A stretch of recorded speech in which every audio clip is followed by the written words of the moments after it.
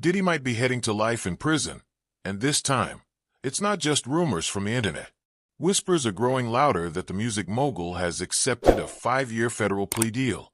That's right, 5 years behind bars. The man who once ran hip-hop, who threw million-dollar parties and lived in mansions with butlers and bottles, could soon be wearing khaki jumpsuits and eating microwave meals in a cell. And the craziest part? This might be the best-case scenario for him. Just a few weeks ago, people said Diddy turned down a plea deal. That alone tells you there was one, which means federal agents had enough on him to offer a deal in the first place. That's not something they do lightly. If they put a deal on the table, they're ready to move. And now, the streets are talking loudly. The rumor is he took it. Why? Because both sides want this mess to go away quietly. A trial would be chaos. Cameras, press, witnesses, especially women like Cassie and others who've already filed civil lawsuits against him, would be called in. And the things they might say, that could bury Diddy forever. It wouldn't just be the end of his career. It could be the end of his legacy. The feds don't want the mess either. They like clean wins. They want results.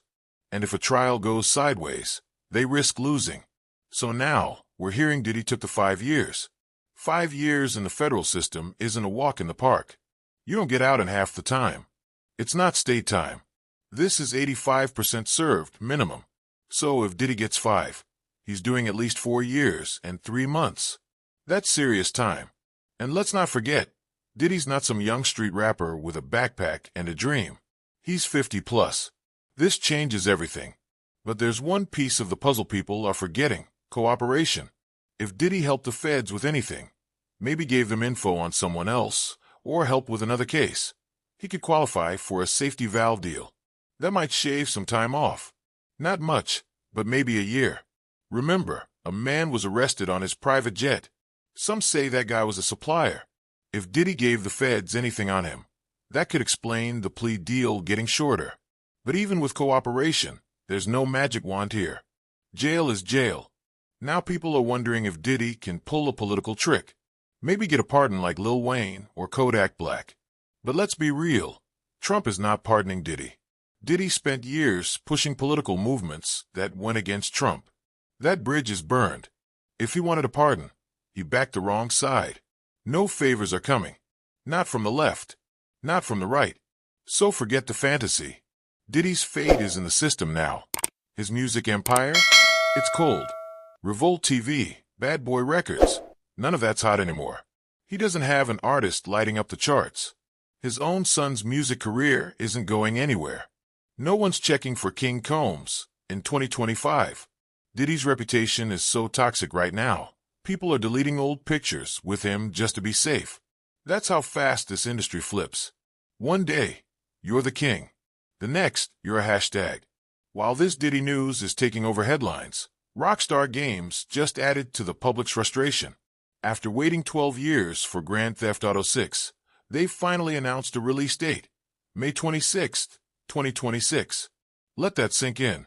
People have gone from high school to marriage to fatherhood waiting on this game.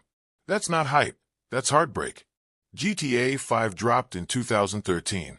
Since then, the world has changed 10 times over. We got streaming, crypto, TikTok, COVID, AI, you name it. But no GTA 6. People held on, expecting maybe 2024, 2025. But 2026? That's just cruel. It's like they're testing how far they can push fans before they give up. Some gamers are saying, I don't even think I'll care by then. And honestly, they might not. Even me, I'm not that deep into GTA. I still have a PS4, not even a PS5. I'm more of a Call of Duty and Madden kind of guy. My brother's better at all these games anyway, so I just run with him. But watching the internet melt down over this GTA delay, that's entertainment in itself. People were acting like Rockstar just canceled Christmas. Now let's talk about Antonio Brown, because this guy cannot stay out of drama. Out of nowhere, he goes on a rant about Deion Sanders and his sons. Brown posted receipts from 2019, showing he helped them back then. But now, he's calling Deion a derider, throwing shade at Shatter Sanders, and saying stuff like, Jit thought I was his assistant. You can feel the salt in his words. Something must have happened behind the scenes, because this isn't just friendly fire, it's a missile. And then, out of nowhere, Pac-Man Jones jumps in. Pac-Man tweets at Brown saying, "Don't make me pull up to your house in Miami." Like, bro, what are we doing here? These are grown men, millionaires, threatening to throw hands over Instagram beef. You'd think with all their money and history, they'd be past this. But nope, we're back in 2005 again.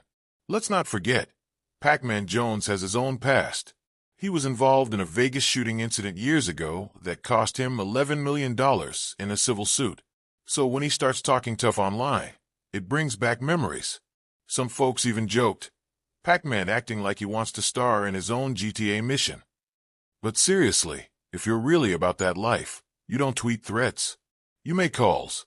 So all this online talk, it's just noise. Now on to Future, the king of toxic relationships. He's back in the headlines for all the wrong reasons. Apparently, one of his side chicks started hanging around Trippie Redd, and Future was not feeling it. So what did he do? He took back a watch she gave her. Yes, Future snatched the wrist, candy like a repo man. Then he went on Instagram saying, "I hope you got that tattoo removed." Embarrassing. The girl clapped back hard. She called him a narcissist and said she's done with all the other girls he keeps around, naming Jessica, Cabriana, and a few others.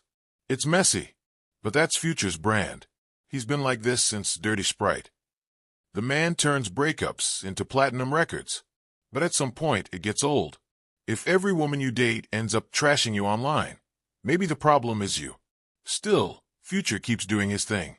And no matter how messy it gets, more women line up. It's like they think they can fix him. Spoiler, they can't. Future's not broken. He's just built different. And finally, let's talk about that DJ Head and Maul interview. I couldn't even finish it. DJ Head was trying so hard to sound intellectual, talking about Kendrick Lamar's lyrics like he's reading Shakespeare. I like how you worded that. Bro, it's a diss track, not a political speech. This isn't the Senate. It's hip-hop. Say what you mean, and let the bars fly. Maul wasn't much better. He tries to be neutral on everything. The type to say, both sides made good points, even when one side clearly won.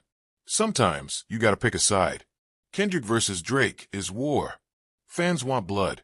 They want energy, not a lecture. And let's be honest, Drake's AI play was genius. Whether you love it or hate it, it shook the room. He made Kendrick look like he was stuck in 2017, while Drake was operating in 3025.